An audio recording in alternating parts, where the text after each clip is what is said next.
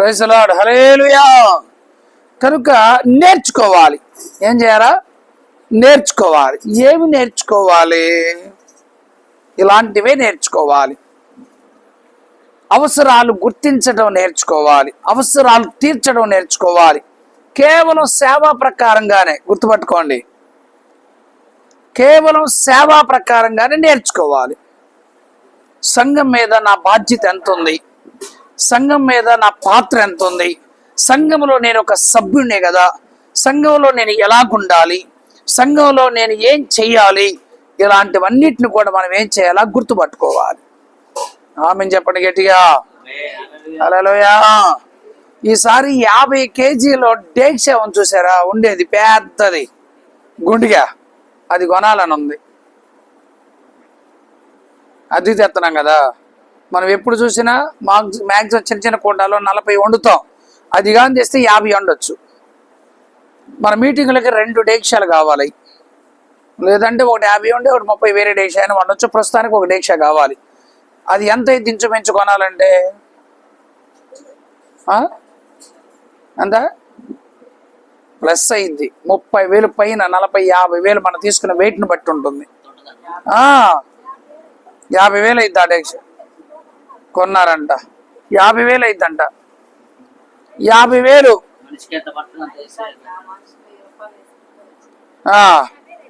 50,000 అది అయిద్ది. 50 కేజీలు, 50 కేజీలు ఉడికిద్ది. సరే వినండి, అది దాదాపుగా ఎన్ని కేజీలు ఉండదో తెలుసా?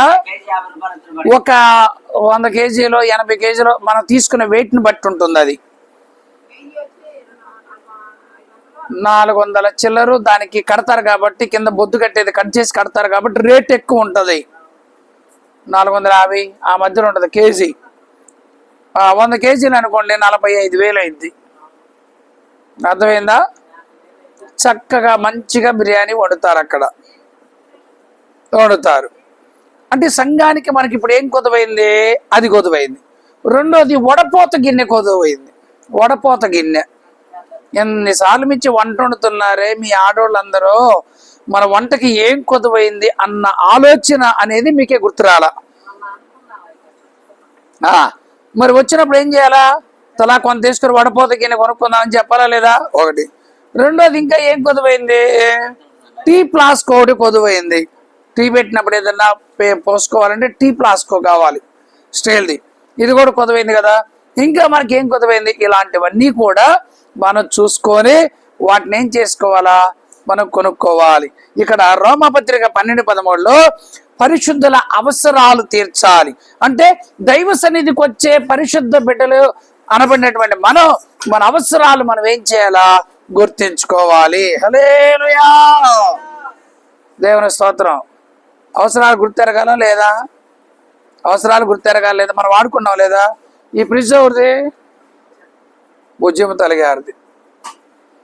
అర్థమైందా? వాడాం, గాలి వచ్చి ఫ్రిడ్జ్ కింద పడిపోయింది. ఫ్రిడ్జ్ అయితే నాకు ఊరకనే ఇచ్చింది, దానికి కొండ వేయించడానికి కంప్రెసర్ పోతే 5,000 అయింది. 5,000 అయింది. డబ్బులు ఎంతో కొంత మామూలుగా ఇస్తారండి. ఫ్రిడ్జ్కి వద్దులే గారు, సేవలు వాడండి అంది, ఇచ్చింది. ఈ రోజు మీరందరూ టక్కుమని వచ్చి తిప్పి ఎక్కడ పట్టుకొని తాగుతున్నారు లేదా? అవునా లేదా? ఫ్రిడ్జ్లో నీకు చల్లగా ఉన్నట్టు బుజ్జిమ తల్లి గారు చల్లగా ఉండాలని ప్రార్థన చేశారా? చెప్పండి.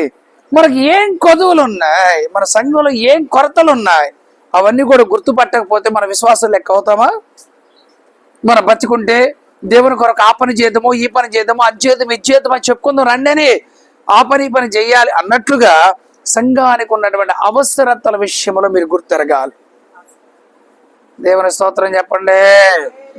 అవునా? మన అవసరాలు ఏమైనా తక్కువ ఉండయా? ఇంటో పప్పు డబ్బాలు తక్కువ ఉండు, బీరువాలో చీరలు తక్కువ ఉండు, ఆ పైన ఇంటి మీద ఎక్కడ సామాను తక్కువ ఉండు, కనపడిన గ్లాస్ వదలం, ముంత చెమ్ము వదలం, అర్థమైందా? జోడు తప్పాలు వదలం, నచ్చినవన్నీ కూడా ముచ్చటగా ముద్దుగా అన్ని తెచ్చుండి పెట్టుకుంటాం. దేవుని యొక్క మందిరానికి ఏం కావాలి? అది గుర్తుపట్టాలి కదా. అది కదా మన విశ్వాస జీవితం అంటే. ఏ కాడికి మన అవసరాలే కాదు, పరిశుద్ధ బిడ్డలు సంఘానికి వస్తారు కనుక వాళ్ళ అవసరాలు తీరవాలి.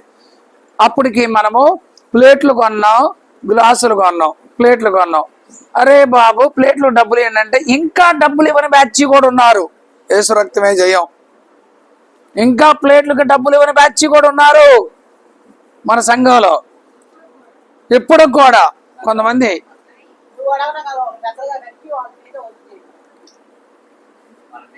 అర్థమైందా?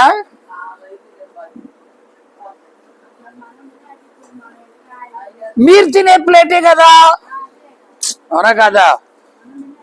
135 ప్లేట్ల దాకా డబ్బులు మరి ఇచ్చారు గనక, తల ఇంతనిచ్చారు గనక ఎక్స్ట్రా మిగిలింది. మిగిలిన డబ్బులు నేనేం చేశాను, 35 గ్లాసులు ఎన్నో ఎక్స్ట్రా కూడా కొనుక్కొచ్చా. నేనేమైనా చేసుకుంటానా? లెక్క అయితే ఎన్ని గ్లాసులు ఉండాలి? 120, 130 గ్లాసులు ఉండాలి.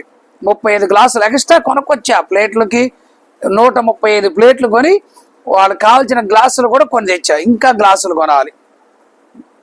మరి ఎంత బాధ్యతగా మీ దగ్గర తీసుకొని అన్ని కొనుక్కొని తెచ్చామే.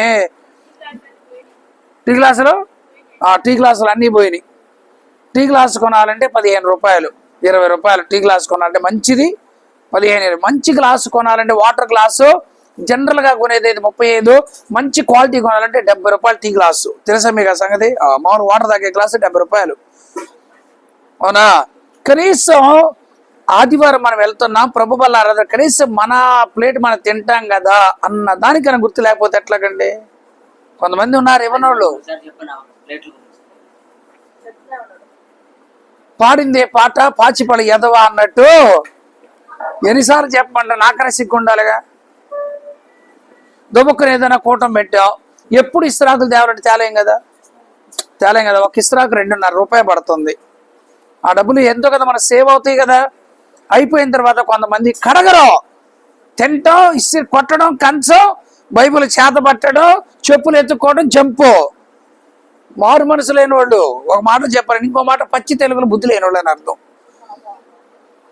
మరి ఇయే కదా రియల్ అంటే, ఇదే కదా. అరే ఇంతమంది తింటున్నారు, మనవంతు మనం కడుగుతాం, మనవంతు మన పరిచయం చేద్దాం, మన జ్ఞానం ఉండాలి ఎవరికైనా సరేనండి. నువ్వు కనీసం మందిరం ఊడ్చావు ఎప్పుడన్నా నీ ముఖానికి? చారక సంగతి కాదు. నువ్వు మళ్ళా పుల్లలు పెట్టబాక, సైలెంట్ గిరో. బుద్ధిగా ఆవునట్టు అంటారు, అందరిని అంట, ఒక్కరిని నన్ను. ఎప్పుడైనా మందిరంలో కసువు ఊడ్చావా? ఎప్పుడైనా మందిరం మాఫింగ్ కర్రేసావా? ముందొచ్చి కడిగే తిన్న తర్వాత ఆ డేక్షాలు ఎప్పుడైనా కడిగావా? ఆ మాడిపోయిన డేక్షాలు కడిగి ఆ మనిషి అలాగ అయిపోయింది. లెగితే ఎప్పుడు పాపం మ్యాక్సిమం నాకు తెలిసి నేను చూసినప్పుడల్లా ఆమెనండి కడిగేది.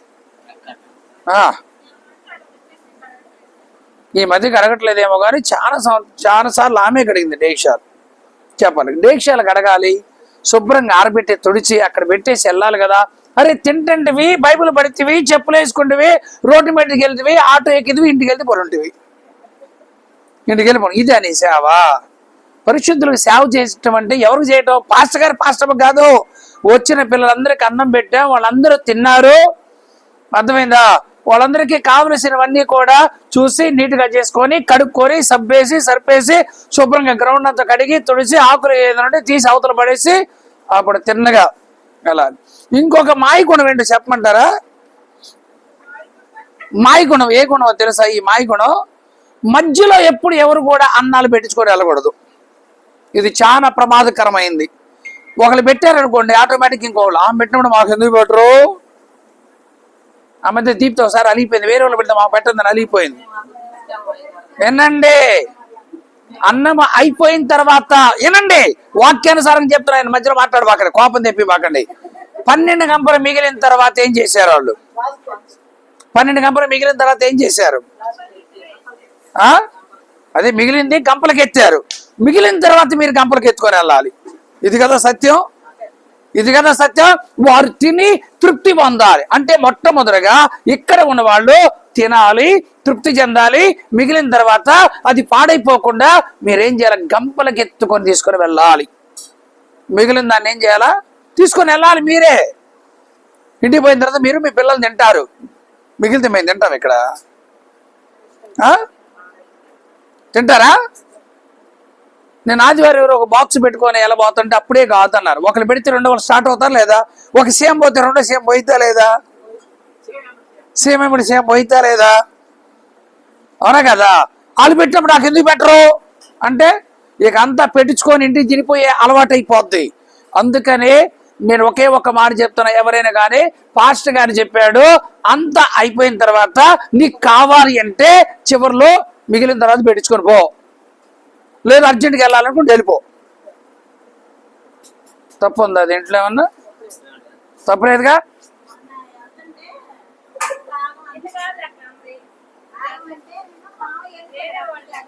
మిగిలి కాదు, వేరే వాళ్ళని. అయితే నేనేం చెప్తున్నాను తెలుసా, సందర్భం ఇది నేర్చుకోవాలి. మనం ఏమి నేర్చుకోవాలా? అందరు తినాలి. ఒకవేళ షార్టేజ్ అయింది అనుకోండి, పెట్టడం ఏమో తగ్గింది అనుకోండి, మిగలలేదు తక్కువైంది అనుకోండి, ఏమనిపించింది మనకి? అయ్యో వండుకున్నామే, సాలకుండా అయిపోయింది అనుకుంటాం లేదా? అది అలాంటప్పుడు ఏం చేయాలి తెలుసా? బాధ ఉంటుంది, చాలా బాధ ఉంటుంది. అమ్మో ఆకులు తెలిపోయారు. ఆ రోజు రామయ్య గారు భోజనాలు పెట్టే సందర్భంలో చాలా మంది భోజనాలు లేక అయిపోలేదా? ఆయన ఏమన్నాడు, అయ్యా వాళ్ళు ఒక బంధువులు 50 మంది, అమ్మాయి తరపు నుంచి ఒక 20 మంది, మన సంఘంలో ఎంతమంది చెప్పండి లెక్క చెప్పాం. లెక్క చెప్పిన తర్వాత ఊళ్ళో వాళ్ళందరూ ఫ్యామిలీ భోజనాలు చెప్తే వాళ్ళందరూ వచ్చా, మన వాళ్ళు అందరూ తిన్నారు, అందరు పెట్టాము. లాస్ట్కి వచ్చిన వాళ్ళకి భోజనం లేదు, అయిపోయింది అనే పదం ఉండకూడదు ఎప్పుడైనా మీటింగు, ఏ కూటమిలోనైనా. మిగిలిందని చెప్పాలి. ప్రభు దగ్గర ఎక్కడ కూటాలు పెట్టినా మిగిలిందా అయిపోయిందా అలాగుండాలి. మిగిలేటట్టే ఉండాలి. మిగిలితే ఎవరు తీసుకెళ్తాం? మనమే తీసుకెళ్తాం. ఎవరు తీసుకెళ్తారు చెప్పండి అండి? మిగిలిన తర్వాత ఎవరు? మనమేగా తీసుకెళ్ళేది. కనుక వండేటప్పుడు వండండి జనరల్గా. ఇప్పుడు కూటాలు కాదు, పెద్ద కూటాలు కొంచెం ఎక్కువే వండి మిగిలిన తర్వాత మనం తీసుకెళ్తాం బల్లారాధనప్పుడు. అలాంటప్పుడు వండండి, మీరు సమృద్ధిగా తినండి. మిగిలిన తర్వాత లాస్ట్లో తర్వాత ఎవరైతే కావాలనుకొని ఉన్నారో వాళ్ళకి పెట్టి పంపించండి. ఇది క్రమం. అరే ఇటు పక్కన వంట స్టార్ట్ చేయలేదు, నువ్వు బాక్స్ పెట్టి తీసుకొని వెళ్తే తప్పు కదా? అది తప్పు కాదా? ఎప్పుడు కూడా అలా నువ్వు తీసుకెళ్ళావు, పోనీ ఒక్కళ్ళని పెట్టావు, ఇంకొకళ్ళు ఏమంటారు? ఇంకొకళ్ళు కష్టమైంది. ఇంటి దగ్గర ఆయన ఉన్నాడు, రాలేదు. మీ ఆయన అందరు రాలే ఇక్కడికి, అందరు కానీ బాక్సులు పెడితే ఇక్కడ ఉన్నాడు ఏం తింటాడు? గడి తింటాడా? తినాలని కూడా ఇక్కడ రావాలి. అందుట్లో బాక్సులు తీసుకెళ్ళినాడు, బాక్సులు దాట్లా. పప్పు డబ్బాలు తీసుకెళ్ళినాడు, పప్పు డబ్బాలు దాట్లా. మాకు ఎవరన్నా ఇస్తారు. ఫర్ ఎగ్జాంపుల్గా సూనక్క వాళ్ళ ఇంటికి వెళ్ళాం, సలిపిండి పెట్టింది అనుకుందాం, లేదా కూర వేసి ఇచ్చింది అనుకుందాం, అది తెచ్చి ఇక్కడ పెట్టాం. వచ్చినప్పుడు ఇద్దరు అనుకుని మర్చిపోయాం. ఈ లోపల ఈ బాక్స్ ఎత్తుకుని పోతే నా బాక్స్ ఏదంటే ఇప్పుడు ఇదే సమస్య అయిపోయింది. తీసుకెళ్ళినోడు గుర్తు పెట్టుకొని బాక్సులు ఎమ్మటే తీసుకురావాలి. ఒక దగ్గర ఉండదు, మా దగ్గర ఒక 4 సత్తలు నేను చూస్తున్నాను చక్కగా. ఇక్కడికి వచ్చి మొన్న ఎన్ని రోజులు అయితే బాక్సులు తీసుకెళ్ళి కోటాలు తీసుకెళ్ళి బట్టి తీసుకురావాలి అంటే మా అయితే ఇక్కడ మనం అనుకోండి, పోనీ అది వేరే విషయం. బయట వాళ్ళు చేస్తాంగా. ఒకసారి జయరాజ్ పాస్టర్ గారు వాళ్ళ విశ్వాసం ఎవరు పెడితే నేను పోతే ఏం చేశారు తెలుసా? సేవకుల మీటింగ్కి నేను ఇప్పుడు తిన్నా 6 తింటానంటే నాకు దాంటేసి పెట్టించారు. ఆ బాక్స్ వేరే వాళ్ళకి ఇస్తే ఆ బాక్స్ లేదు. వాళ్ళు ముందే చెప్పారు, అయ్యా మన బాక్స్ కదయ్యా వేరే విశ్వాసం అన్నారు. నేను సేవకుల మీటింగ్ పోతే ఏదో చికెన్ వేసి ఇచ్చారు. నేను అన్నానమ్మా బాక్స్ రెడీగా పెట్టి ఎవరికి బాక రేపు పోయినప్పుడు ఇద్దామని చెప్పి జాగ్రత్త పెట్టించా పక్కన. దయచేసి ఎవరికైనా బాక్సులు కావాలి అంటే తీసుకొని నెక్స్ట్ వారం కల్లా ప్రార్థన కల్లా తెచ్చియాలి. లేదు అంటే అసలు ఇక్కడ గంపలు ఉండవు, బయట సైకిల్లో పెట్టి పంపి, లేదా బాదం ఆకులు చుట్టుకోండి. అరే ఎన్ని బాక్సులు తెలుసండి, మీరు నమ్మండి, ఎన్ని బాక్సులు శ్రీలక్ష్మి తెచ్చిచ్చింది మనం ఒకసారి, అవి కూడా అయిపోయినాయి. అరే తీసుకురాకపోతే ఎట్లాగా? ఇంట్లో పోయి ఎత్తకండి. మీ ఇంటిలో ఒక్క బాక్స్ మీది కాదని దేవుడి మందిరంతో కడుపు నొప్పి వచ్చింది అంతే. యేసర్ గారు ఒక కథ చెప్పాడు, మాకు స్టోరీ చెప్పాడు. ఒక ఆమె అట్లు పెన్ను ఇచ్చిందంట. అరవక అట్లు పెన్ను ఇచ్చిందంట, అట్లు పెన్ను. ఈ లోపు ఆమె డ్యూటీకి వెళ్ళిపోతే ట్రాన్స్ఫర్ వచ్చేదానికి మొత్తం సర్దుకుంటా, మరి ఆ ఇంటి దగ్గర పెట్టిపోవచ్చుగా, పక్కన చెప్పియొచ్చుగా. ఆ అట్లపని ఎటు లేదు కానీ అట్లపని ఎత్తుకొని పోయిందంట. ఎక్కడికి? గోల్కొండకి వాళ్ళకి ట్రాన్స్ఫర్ వచ్చిందంట. ఆ ట్రాన్స్ఫర్ వచ్చిన తర్వాత అక్కడ పోయిన తర్వాత కడుపు నొప్పి వచ్చిందంట. ఈ కడుపు నొప్పి ఎందుకు వచ్చిందో అర్థం కాలేదంట. పాస్టర్ గారు ఫోన్ చేసి కడుపు నొప్పి వచ్చిందంటే నీది కాంతి ఏదైనా నీ దగ్గర ఉంటే ఇలాగే వచ్చింది అన్నాడంట. అప్పుడు ఆమెకంట అట్లు పెని తెచ్చారు పలా ఆమె దగ్గర ఇవ్వకుండా వచ్చాను, ట్రాన్స్ఫర్ అయ్యానంటే గోల్కొండ కోట కిసిరి కొట్టానంట. అప్పుడు ఆ గోల్కొండ కోటకి అట్లు పెని విసిరేసిన తర్వాత ఈ కడుపు నొప్పి తగ్గిందంట. మీది కాని వస్తువు ఏది కూడా మీ ఇంట్లో ఉండకూడదు. పోనీ మీ ఏమైనా ఉన్నాయి అనుకోండి మా దగ్గర, ఒకవేళ తెచ్చినప్పుడు వాళ్ళు ఎవరితో ఇవ్వటం మర్చిపోయామనుకోండి, మీరు వచ్చి చూసి అక్క ఇది మాది, అప్పుడు కూర తెచ్చారంటే ఆ వస్తువు మీదే తీసుకెళ్ళిపోండి. నో మొక్క వాడటం. మీరు ఏదైనా తెచ్చా మేము ఇవ్వటం మర్చిపోయామో, లేకపోతే వాళ్ళతో ఏందో వాళ్ళు ఇచ్చారు వీళ్ళు ఇచ్చారు మర్చిపోతూ ఉంటాం, సహజంగా న్యాయమే.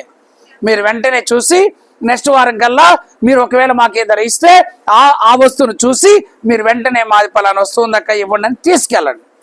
ఒకవేళ మీ ఇంట్లో ఎక్కువ ఉన్నాయనుకోండి, చర్చిలోనే ఉన్నాయని చెప్పండి. ఎక్కువ అయితే ఇంట్లో యూజ్ లేదనుకోండి, సరే ఉన్న ఇంట్లో ఇవ్వాలని మనసు వస్తేనే ఉన్న ఇంట్లో అని చెప్పండి. కానీ వేరే వస్తువులు ఇక్కడికి వచ్చినప్పుడు ఈ వస్తువులు మీరు తీసుకెళ్తే మర్చిపోకుండా మీరు వెంటనే తీసుకొని రావాలి. ఆ మధ్య ఎవరు ఒకటి వేసి ఇచ్చారు, మాకేం అర్థం కాక ఇదే మీ బాక్స్ అన్నారు. ఇది కాదు మా బాక్స్ అన్నారు. మాకు భయం పుట్టింది. ఇప్పుడు వాళ్ళ బాక్స్ ఏదో అర్థం కాల, ఆ బాక్స్ తెచ్చి ఇవ్వాలా. దేవరా ఏంటి నాయన ఈ పరిస్థితి? అందుకని మీరు పక్కనోడితో కూడా ఎవరికన్నా ఎప్పుడన్నా భోజనాలు పెట్టి వేసేటప్పుడు మాకు అన్నగారు చెంపలు వాయించినాడు కనుక తీసుకెళ్ళి మరలా ఎమ్మటే తీసుకురావాలి.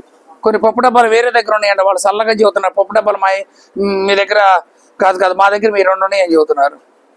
తెలవాలి కదమ్మా, ఇక్కడ ఎన్ని అవసరతలు ఉంటాయి. దబ్బుక్కర పాస్టర్ గారే వస్తాడు, ఒకసారి అన్న ఏదైనా పెట్టించి పంపించండి, అవన్నీ పెట్టి పంపించాలి. ఎక్కడి నుంచి వస్తాయి? ఎక్కడి నుంచి వస్తాయి? ట్యాప్ ఆపలేదా? బాత్రూంలో ట్యాప్ ఆపలేదా? హల్లెలూయా! మీకు అర్థమైందా? నేర్చుకోవాలి. ఏమి నేర్చుకోవాలి? ఇవే నేర్చుకోవాలి. మరోసారి రోమాపత్రిక మీరు చదవండి, 12వ అధ్యాయం 13వ వాక్యం. పరిశుద్ధుల అవసరాలు తీర్చాలి అని, అవసరాలలో పాలు పంపులు పొందొచ్చు. నీ పాలి ఉండాలి, నీ భాగం ఉండాలి. పాలి అంటే ఏంది? భాగం. నీ భాగం ఉండాలి. దైవ సన్నిధిలో నీ భాగం ఉండాలి. దేవుని స్తోత్రం. హల్లెలూయా చెప్పండి గట్టిగా. నీ భాగం ఉండాలి. ఏ పని చేసినా ఆ పనిలో నీకేం ఉండాలా? భాగం ఉండాలి. వచ్చేటప్పుడు ఏదో నీ కలిగిన దాంట్లో పాల ప్యాకెట్ తేయడము, ఒరే మనమే కదా అక్కడ పోయి తినేది అంటే ఇక్కడ లేవని కాదు నేను చెబుతున్నానండి. 1 కేజీ బియ్యం ఉంటే తీసుకురావడము, అక్కడ వండుతారు కదా మనమే కదా తింటాం. వచ్చేటప్పుడు కేజీ టమాటాలు, కేజీ వంకాయలు, సంథింగ్ ఏది ఉంటే అది సింపుల్గా ఏదో ఒకటి తెస్తా ఉన్నారనుకోండి. ఇక్కడ తెచ్చిన తర్వాత అందరూ వండుకొని మనమే కదా తినేది. ఇది పరిశుద్ధ అవసరాలంటే ఇవి నేర్చుకోవాలి. హల్లెలూయా. వాళ్ళు ఎవరో తెచ్చారు, వండారు, పెట్టారు, నేను తిన్నాను, కడుక్కున్నాను, మూతి తుడుచుకున్నాను, బైబిల్ పట్టాను, చెప్పులు వేసుకున్నాను, ఆటో ఎక్కాను, ఇంటికి వెళ్ళాను. స్తోత్రం కాదు. ఇవి నేర్చుకోవాలి సేవలో. పాలు పెడితే నీళ్ళు పెడితే మనం తింటే కాదు, మనం కూడా పాలిభాగస్తులుగా మారాలి. మనం కూడా ఎంతో కొంత సహాయం చేయాలి. మనం కూడా ఏదో ఒకటి తేవాలి. అర్థమైందా? ఏదో ఒకటి తేవాలి దేవుని మందిరానికి. ఇలాంటి రావాలి. అందుకే మందిరానికి వచ్చేటప్పుడు ఏ చేతులతో రాకూడదు? ఏ చేతులతో రాకూడదు? తీన వాక్యాన్ని పొట్టి చేతులతో మన మందిరాన్ని బాగూడదని ఉంది. నిర్గమకాండంలోనే ఎక్కడ ఉంటుంది అన్నమాట, చూద్దాం. ఒట్టి చేతులతో నువ్వు దైవ సన్నిధికి వెళ్ళకూడదని ఉంటుంది. హల్లెలూయా ప్రభు యేసుకే గాలం పాడేదను. అయ్యా ద్వితీయోపదేశ కాండం 16-17, డిటర్నమీ ద్వితీయోపదేశ కాండం 16వ అధ్యాయం 17. అందరు దీని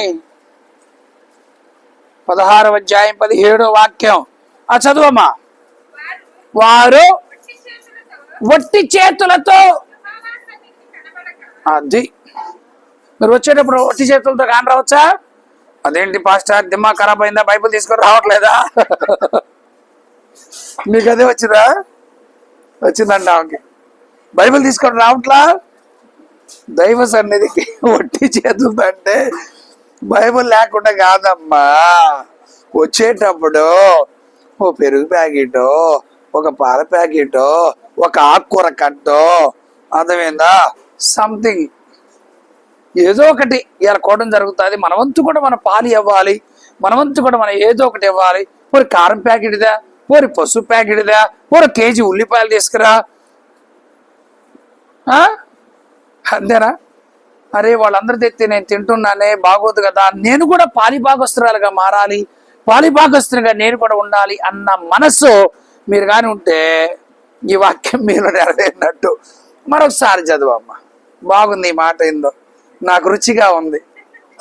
పప్పు చారులు ఉప్పు చేప నంచుకున్నట్టుంది. చదువు. సున్నతి జరుగుతుంది. అదే అదే సున్నతి జరుగుతుంది. ప్రభు మాట్లాడే మాట అంటే ఇదే. చదువు. వారు వట్టి చేతులతో దేవుని యొక్క సన్నిధిని కనబడక నీ దేవుడైన యెహోవా, అద్దుకో దేవుడు నీకిచ్చిన దీవెన చొప్పున ప్రతి వాడును తన శక్తి కొలదే ఇవ్వాలి. ఫర్ ఎగ్జాంపుల్గా నేను ఒక మాట చెప్తాను, ఒకే ఒక మాట గుర్తుపెట్టుకోండి. నువ్వు ఇంటో కూర అన్నం వండుతావు కదా, ఒక టమాటా వేసుకురా, ఒక ఉల్లిపాయ వేసుకో, ఒక వంకాయ వేసుకో, ఒక రెండు పచ్చిమిరకాయలు వేసుకో, వడ్డిన కొలది ఒక్కొక్కటేనా అంటారు చూడు చక్కగా. అప్పుడు 10 మంది వచ్చినప్పుడు 10 వంకాయలు కేజీ కావా?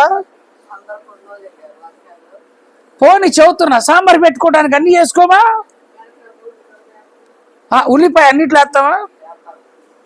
టమాటా అన్నిట్లో వేస్తామా? కొదువైంది ఏదో మేము వేస్తాం కదా. మీరే కాదు, కొదువైంది ఏదో మేము వేస్తాం కదా. అరే పిల్లల పాపం అన్ని తెచ్చారు, 1/4 కేజీ టమాటాలు ఉన్నాయి, ఒక 1/2 కేజీ వంకాయలు ఉన్నాయి, ఒక 1/4 కేజీ ఉల్లిపాయలు వచ్చినాయి, ఏం కావాలో తీసుకురా నువ్వు పోయి. మిగతాయి కొన్ని సాకులుగా మిగతా మేము వేస్తాం కదా, అందరూ కలిసి తింటాం కదా. అందుకే మీరు ఇలాంటివి నేర్చుకోవాలి. హల్లెలూయా. అమ్మా అపోస్తల కార్యాలు 20:35 అని చూడండి. 20 అంట 35 అపోస్తల కార్యాలు.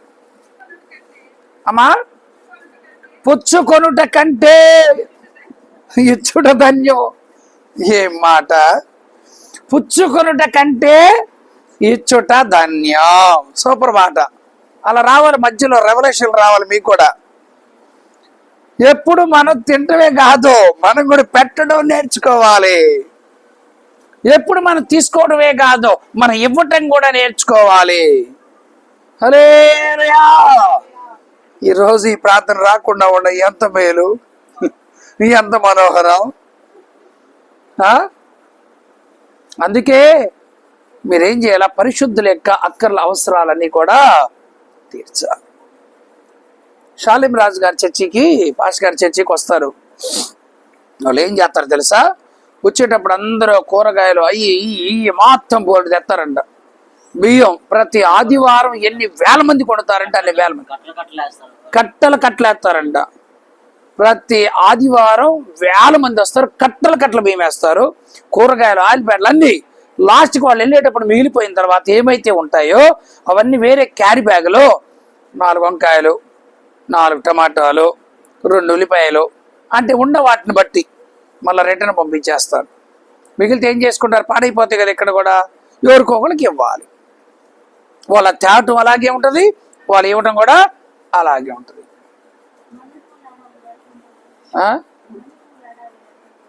అది కొంచెం అణిగిపోయిందిలే, మళ్ళీ పూల అడావిడి కొంచెం అణిగిపోయిందిలే. ఫస్ట్ ఆ మధ్య బాగా బీభత్స కారం లాగా లేచింది, కానీ ఇప్పుడు సప్పపడింది చెరుకులాగా. హల్లెలూయా. గుర్తుపెట్టుకోండి.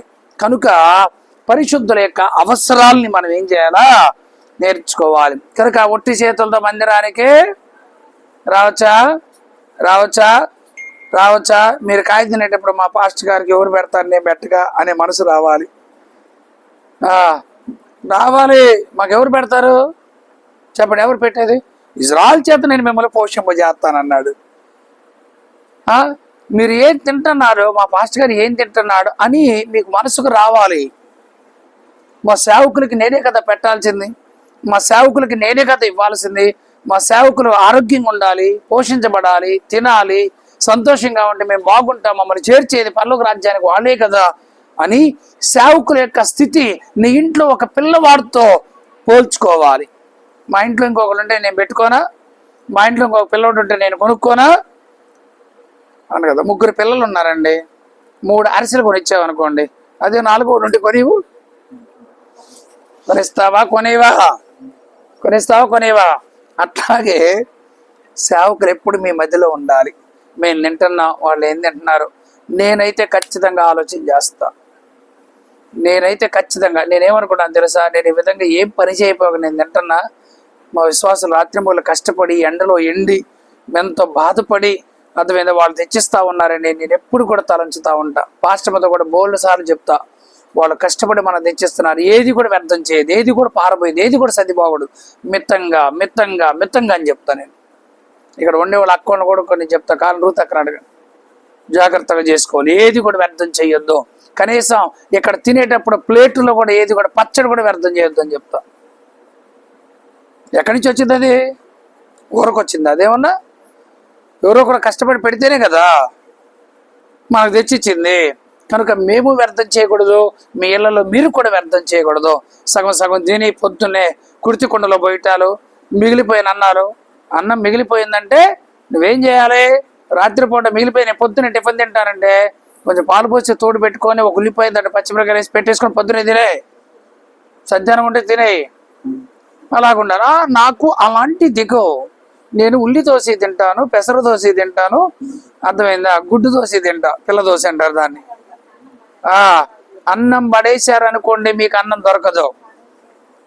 యేసయ్య గారు సేవ చేసే దినాల్లో అన్నం తినడానికి టిఫిన్ చేయడానికి వెళ్తే ఆయన దగ్గర 2 రూపాయలు ఎంతో డబ్బులు ఉంటే నేను అక్కడ పోవాలంటే ఛార్జీకి అవుతాయి కదా అని హోటల్కి వెళ్ళి అడిగాడంట, టిఫిన్ ఎంత అని. ఇంత అని చెప్పారంట.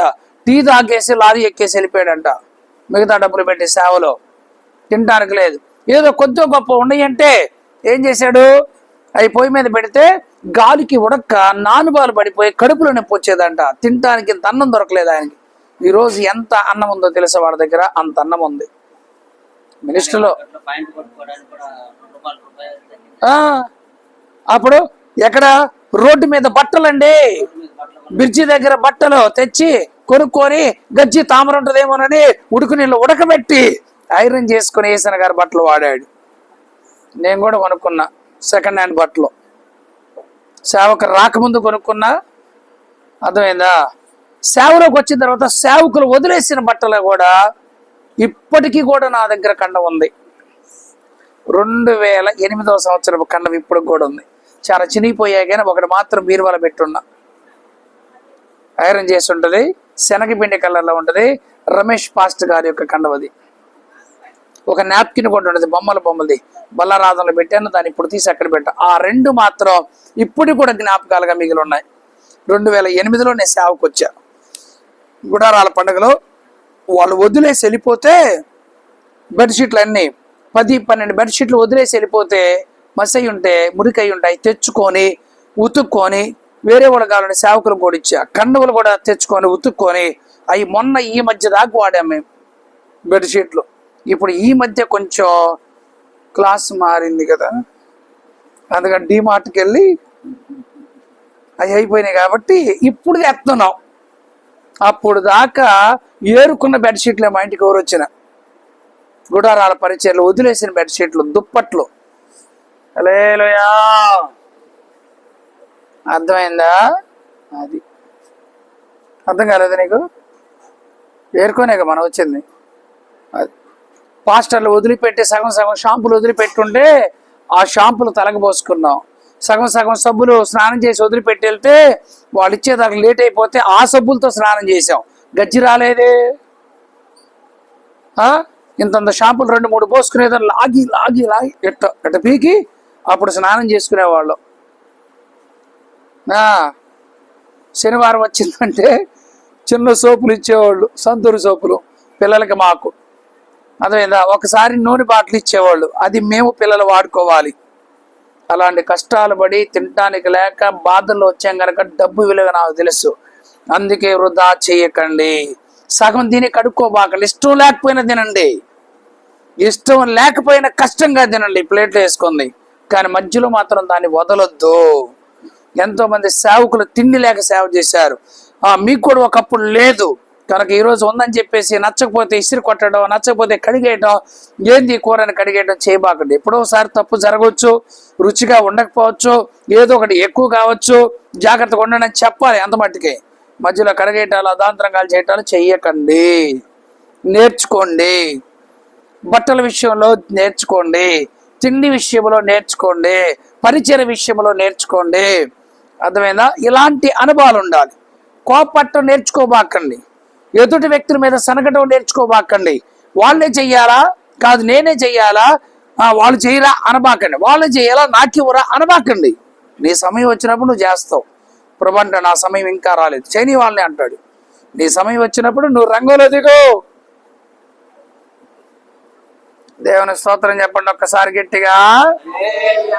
అదే పరిశుద్ధుల యొక్క అవసరాలు తీర్చేటట్లుగా మనం ఉండాలి. కొరింథీయులకు రాసిన మొదటి పత్రిక 16వ అధ్యాయం 1వ వాక్యం. కొరింథీయులకు రాసిన మొదటి పత్రిక 16వ అధ్యాయం 1వ వాక్యం. పరిశుద్ధుల కొరకైన అమ్మా సందా విషయమైతే నేను గలతీ సంఘానికి నియమించిన ప్రకారం మీరును కూడా చెయ్యండి. ఆయన ఏదో ఒకటి నియమించాడు సందా విషయంలో, కొన్ని సందాలు. అందుకని ఈసారి మీకు ఏం చేద్దాం తెలుసా, ఒక డబ్బా పెట్టి ఇది దీనికే, ఇది దీనికే, ఇది దీనికే, ఇది దీనికే అని రాసి దాన్ని పెడితే ఎవరు ప్రేరేపణ వచ్చినప్పుడు దాంట్లో విడిగా చేస్తామని అనుకోండి. వీడప్పుడు భోజనాలకు ఒకటి పెడదాం, కరెంట్ బిల్లుకి ఒకటి పెడదాం, వేరే దానికి ఏదో ఒకటి రాసి బోర్డు దానికి స్టిక్కర్ ఒకటి వేసి పెడదాం. దాంట్లో ఎప్పుడైనా వచ్చినప్పుడు మీ ప్రేరేపణ కలిగినప్పుడు అర్థమైందా, ఎవడు చూసేయాలి ఆదివారం సందా ఇటు వేద్దాం అట్ట వేయకూడదు. మన వాళ్ళకి మహా తెలివి. ఆదివారం సంద వేరే సందానికి వేయకూడదు, అది స్వేచ్ఛార్పణ, అది నువ్వు సేవకులకు ఇచ్చే కానుక. అర్థమైందా? అందుకని చెప్పి ఏదైతే ఒకటి దేవుడికే కదా ఆ డబ్బాలు ఈ డబ్బాలు వేసామనుకో అలా వేయొద్దు. ఆదివారం దేవుడికి ఇచ్చే దేవుడికే, దశభాగం ఇచ్చే దశభాగమే. అర్థమైందా? ప్రథమ ఫలాలు వస్తే ప్రథమ ఫలం, కృతజ్ఞత కానుక అంటే కృతజ్ఞత కానుక. అర్థమైందా మీకు? అర్థమైందా? దేనిది దానికే. దేవుడు నీకు ఆరోగ్య విషయంలో బాగు చేసి ఇంటికి తీసుకొచ్చాడు అనుకో, నువ్వే కానుకేయాలా? ఇప్పుడు నేస్తున్నారా? నేస్తున్నారా? కూరగాయలు వేస్తారు, కూరగాయలలో వాళ్ళు వేస్తారు కృతజ్ఞత కానుక. మేలు జరిగింది అనుకోండి కృతజ్ఞత కానుక, జ్వరం తగ్గింది అనుకోండి కృతజ్ఞత. ఎంతో ఇంత లేదు, నో లిమిట్. ఎంతైనా కృతజ్ఞతగా నువ్వు ఎంతైనా ఇచ్చుకోవచ్చు. దాని కృతజ్ఞత కానుక అంటారు. కృతజ్ఞత కానుక వేరు, ప్రథమ ఫలాలు వేరు, ప్రతిష్టార్పణలు వేరు, స్వేచ్ఛ కానుకలు, హృదయపూర్వకమైన కానుకలు అంటారు. ఆదివారం అవి వేరు, అన్నీ ఉంటాయి. ఈ ధర్మశాస్త్రంలో ఉంది. ప్రభువు కూడా చెప్పాడు, నీకు జబ్బు కలిగిందా అయితే యాజకుని దగ్గరికి వెళ్ళి మోషే నియమించిన కానుకను వేయిపో అంటాడు. కుష్వేతుల దగ్గర చెప్పలేదా? అందుకే ఇప్పుడు బాగా లేకపోతే ఏం చేయాలి, తగ్గిన తర్వాత ఇంటికి వచ్చాడు, దేవుడు నన్ను కాపాడాడు, బ్రతికించాడు ప్రభా అని ఏదో ఇంత లేదండి. నీ మనసులో ఎంత ఉండదు కృతజ్ఞత కానుక వేసుకోవాలి. కష్టం కదా. ఇదేందిరా నాయన, జీవితం అంతా కానుకలకి అయిపోతున్న మాట. కానుకలకి ఏమైపోవు, నువ్వేమో లచ్చలు ఇవ్వవు. అక్కడ డాక్టర్ అడిగితే లచ్చెత్తావు, చచ్చిపోతావురా నీ స్కానింగ్ తీయాలంటే 4,000 కడతావు.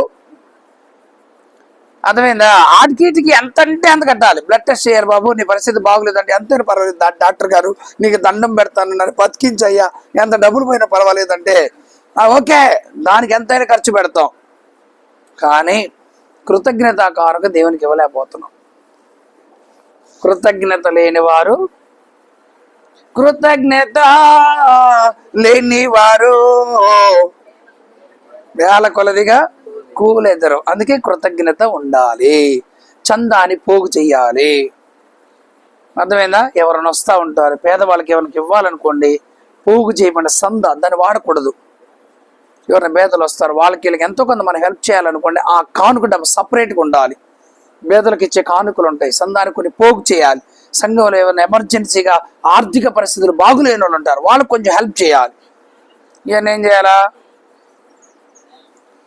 ఎన్ని డబ్బాలు పెట్టాలా? 10 పెట్టాలంట. నా ముఖానికి ఒక డబ్బానే గతిలేదురా, 10 డబ్బాలు. పేదవాళ్ళకి పేదవాళ్ళకి హెల్ప్ చేసే అనుభవం ఒకటి ఉంటుంది, కృతజ్ఞత కానుక సంఘ అవసరాల నిమిత్తం వాడిది ఒకటి ఉంటుంది. ఇలాగన్నీ కూడా ఉంటాయి. దేవునికి స్తోత్రం కలుగునుగాక. ఆమేన్, హల్లెలూయా. మా లాల్చి ఉంటుంది, మేము లాల్చి కుట్టించుకోవాలంటే, జస్ట్ ఈ లాల్చి కుట్టించుకోవాలంటే నాకు ఖచ్చితంగా టైలర్ దగ్గరికి వెళ్తే 3 మీటర్లు కావాలి. 3 మీటర్లకి 3 మూళ్ళు ఎంత? 3 రెళ్ళు ఎంత? 600. 3 రెళ్ళు 600. కుట్టిన దానికి 350 రూపాయలు ఈ లాల్చి కుడితే అప్పుడు ఎంత? 950. నేను పొయ్యి ఇచ్చి రావాలంటే నాకు ఆయిల్ అయిద్దా లేదా? మంగళగిరి పోయి ఇచ్చి రావాలంటే, మంగళగిరి అవతల నులకపేటకి యువతల ఏదో ఒక ఊరు ఉంది, అక్కడికి వెళ్ళి ఇచ్చి రావాలి. ఒకసారి పోయి ఇచ్చి రావాలి, మళ్ళీ ఒకసారి పోయి తెచ్చుకోవాలి. ఆయిల్ ఎంత అయితే 2 సార్లు పోతే పోయి రావడానికి 100 సరిపోయిద్దా? చెప్పండి. మంగళగిరి పోయి రావడానికి 100 రూపాయలు అది సరిపోతుందా? చాలదు. మ్యాక్సిమం 200, 150 రూపాయలు గట్టిగా కావాలి. 2 ట్రిప్పులు పోయామనుకో, ఒకసారి ఇచ్చి వస్తాం, ఒకసారి తెచ్చుకోవడానికి వెళ్ళి వస్తాం. అప్పుడు 2 ట్రిప్పులకి 300 కావాలి ఒక లాల్చి కుట్టియాలంటే. అప్పుడు 300, 950 ఎంత లెక్కలు వచ్చిన గట్టిగా చెప్పండి. 1250 రూపాయలు ఒక లాల్చి కుట్టించుకోవాలి అంటే. అర్థమైందా? ఇప్పుడు నేను 5 లాల్చీలు కుట్టుకున్నా, 5 లాల్చీలు కుట్టుకున్నా. 5 రెళ్ళు 10 మీటర్లు, 5 అర్ధలు నేను కుట్టుకుంటే 2.5 అయిపోద్ది. వేరే వాళ్ళు కుట్టారనుకుంటే 3 మీటర్లు లెక్క ఇవ్వాల్సిందే వాళ్ళకి. అప్పుడు 2 మీటర్లు 5 లాల్చీలకి 5 రెళ్ళ 10, 5 అర్ధలు ఎంత? ఎంత? 12.5. ఆ లెక్క వేసుకున్నా. నేను వచ్చినాను కాబట్టి దాన్ని ఇంకా కుదించుకొని 11 మీటర్లకి నేను సరిగ్గా 5 లాల్చీలు కుట్టుకున్నా. 11 మీటర్లకి. ఆ 11 మీటర్ల క్లాత్ నాకు ఒక పాస్టర్ గారు గిఫ్ట్గా ఇచ్చాడు. ఎవరికే వచ్చింది 11 రోజులు 2200, 2200 క్లాత్ ఇచ్చాడు. లాల్చీలు నేనే కుట్టుకున్నా. 20 రూపాయలకి దారాలు తెచ్చుకున్నా. దాంట్లో 5 ఉండలు వచ్చినాయి, 5 కాదు 4 ఉండలు వచ్చినాయి దారపుండలు. ఒక్కొక్కటి 5 రూపాయలు పడింది. 2 ఉండలు నాకు 10 రూపాయలు ఖర్చు అయింది. లాల్చీలు కొట్టుకోవడానికి నాకు 10 రూపాయలు ఖర్చు అయింది. ఇప్పుడు మీ లెక్క ప్రకారము ఒక లాల్చీ కుట్టడానికి 950 రూపాయలు అనుకుందాం. 5 లాల్చీలకి 5 9 ఎంత? 4500. 5 అర్ధలు ఎంత? 250. 4750. 300 ఆయిల్ అన్నారు కదా, 250. 5000 అవుతుంది. ఎన్ని లాల్చీలకి? 5 లాల్చీలకి 5000 అవుతుంది. ఇప్పుడు నేను 10 రూపాయలు ఖర్చు పెట్టుకున్నా. ఇప్పుడు నాకు ఎంత మిగిలినాయి? ఆ డబ్బులు పెట్టేగా ఇవన్నీ చేస్తుంది, ఆ డబ్బులు పెట్టేగా గ్యాస్ తీసుకుంటుంది. అయ్యా గుండీలు 100 గుండీలు 40 రూపాయలు. అంత పెద్ద కాస్ట్ ఏమి ఉండదు కాబట్టి ఒక లాల్చీకి 2 వేసుకుంటాను, ఒకదాని 3 వేసుకుంటాను. అది ఎంత కనీసం రూపాయి కూడా పడదు. అదే నేను క్లాత్ కొనుక్కుంటే నాకు 2200 కల్లా అయిపోతాయి. నాకు ఎవరో ఒకరు ఎత్తానే ఉంటారు కాబట్టి నేను కొనుక్కుంటానే ఉంటా. ఇప్పుడు ఈ డబ్బులు మిగిలినా మిగలేదా? ఈ సేవలు వాడేమో వాడలేదా?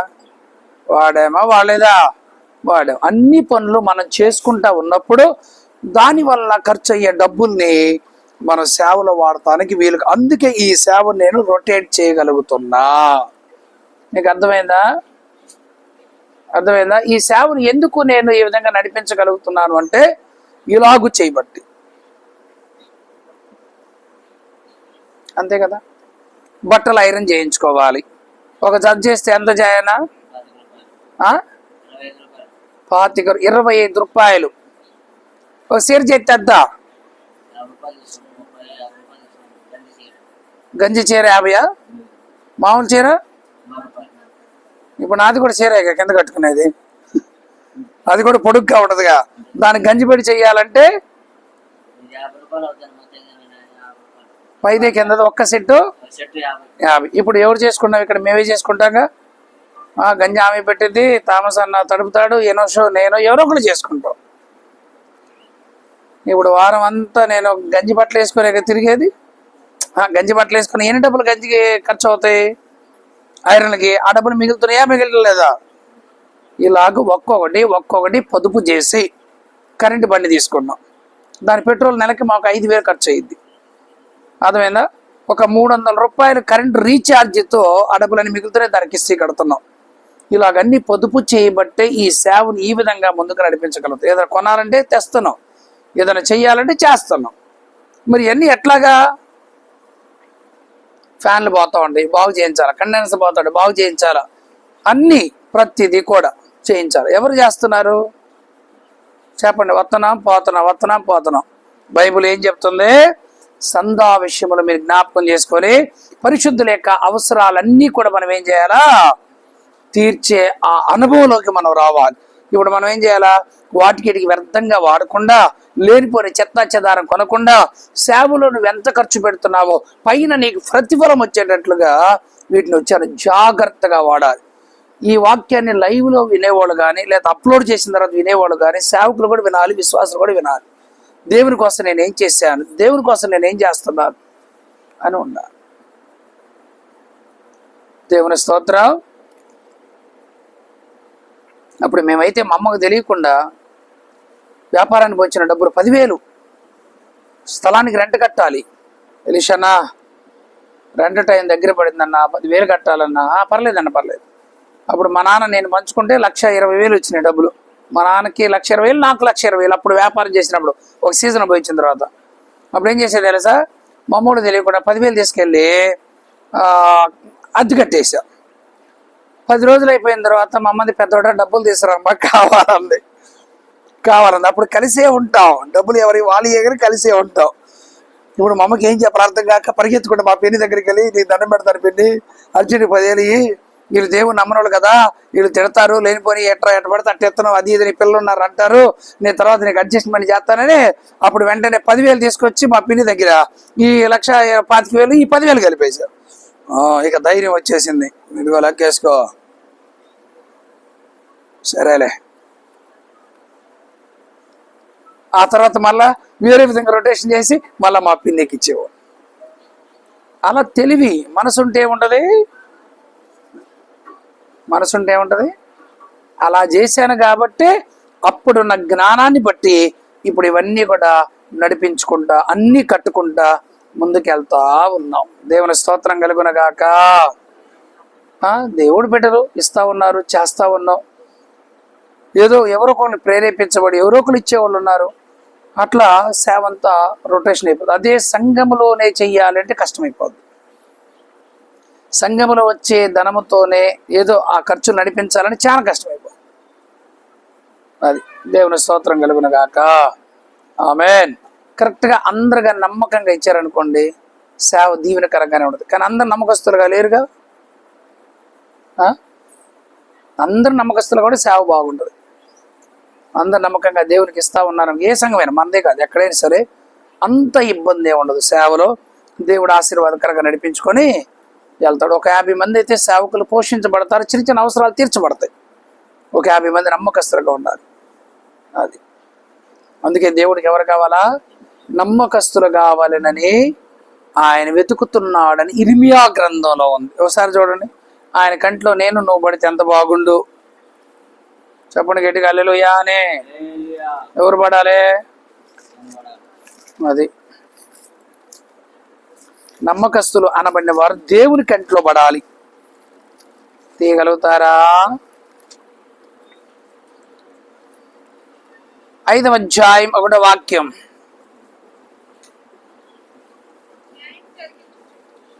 ఆ న్యాయము జరిగించుచు నమ్మకముగా నుండ ఎత్తించుచున్న ఒకడు మీకు కనబడిన ఎడలా నేను దాన్ని ఏం చేస్తాను? అది నమ్మకస్తులు కనపడాలంట. దేవుడు ఎతుకుతున్నాడు. నమ్మకస్తులు కనపడితే చాలు. దేవునికి స్తోత్రం. హల్లెలూయా. ఎవరు కావాలా? 101:6 కూడా చదువు.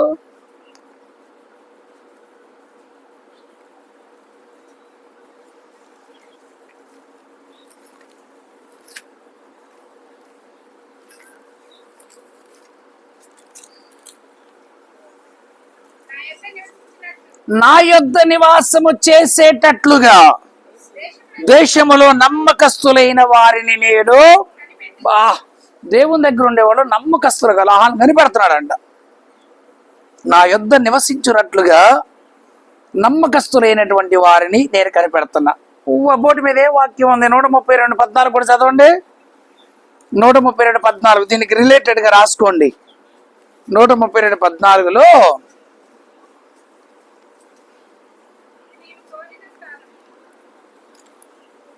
అమ్మా,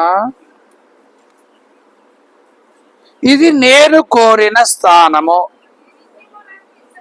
ఇది నాకు నిత్యము నాకు విశ్రమ స్థానముగా ఉండును, ఇక్కడే నేను నివసించుచున్నాను. చాలు చాలు, ఇక్కడే నేను నివసించుచున్నాను. ఇక్కడ ఇది మీరు 101:6లో నా యొద్ద నివసించున్నట్లుగా దేశములో నమ్మకస్తులైన వారిని నేను కనిపెడుచున్నాను. నిర్దోష మార్గమందు నడుచువారు నాకు పరిచారకులగుదురు. అంటే దేవుడు నివసించే స్థలం దేవుడు సేవకులకు ఇచ్చాడు కదా. ఇప్పుడు సేవకులు ఎంత భాగ్యవంతులండి. దేవుడు నివసించే స్థలంలో దేవుని సేవకులు వాసం చేస్తున్నారు, పరిచారకులు. నమ్మకస్తులనే కదా సేవకులను దేవుడు ఎంచుకున్నాడు. అలాగే సేవకులు ఎలాగుండాలి? పాస్టర్ గారైనా పిల్లలైనా నమ్మకస్తులుగా ఉండాలి. ఇది దేవుని నివాసం. దేవుని నివాసములో మేము నివాసము చేయుచున్నాము. వారు నాకు పరిచారకులుగా ఉంటారు. నా యొద్ద నివసించేటట్లుగా నమ్మకస్తులైన వారిని కనిపెడుతున్నా. అందుకని దేవుడు సేవ ఎందుకు ఇచ్చాడు పాస్టమా? నమ్మకంగా ఉండాలని ఇచ్చాడు దేవుడు. నమ్మకంగా ఉండాలని ఇచ్చాడు. మన నమ్మక ద్రోహం చేస్తే, సేవకుడైనా నమ్మక ద్రోహం చేస్తే మనల్ని నమ్మాడు నమ్మకస్తులని. కనుక నమ్మకస్తులైనటువంటి మేము మిమ్మల్ని నమ్మకస్తులుగా మార్చి నమ్మదగిన దేవుడి దగ్గర తీసుకెళ్ళి పెట్టాలి. ఇది సేవ. మమ్మల్ని నమ్మాడు, అదేందా మేము కూడా మిమ్మల్ని నమ్మేటట్లుగా ఆయనకి మీ మీద నమ్మకం కలిగేటట్లుగా ఈ బోధ చెయ్యాలి. శరము నమ్మకస్తులని మమ్మల్ని ఎంచాడు. వచ్చిన వాళ్ళు కూడా నమ్మకస్తులుగా ఉండేటట్లుగా చేసి నమ్మదగిన దేవుడికి అప్పగించాలి. ఇది సేవ అంటే. అందుకని పాస్టర్ గారు నమ్మకంగా ఉండాలి, పాస్టర్ గారు నమ్మకంగా ఉండాలి. దేవుని స్తోత్రం. ఈ మధ్య చెప్పకూడదు అనుకుంటున్నాను కానీ చెప్పాల్సిన మాట ఏర్పడింది. టైం ఎంత ఉంది చెప్పండి. లైవ్ ఆఫ్ చేసి చూతా. 4 అమ్మా చాలు. ఆమెన్.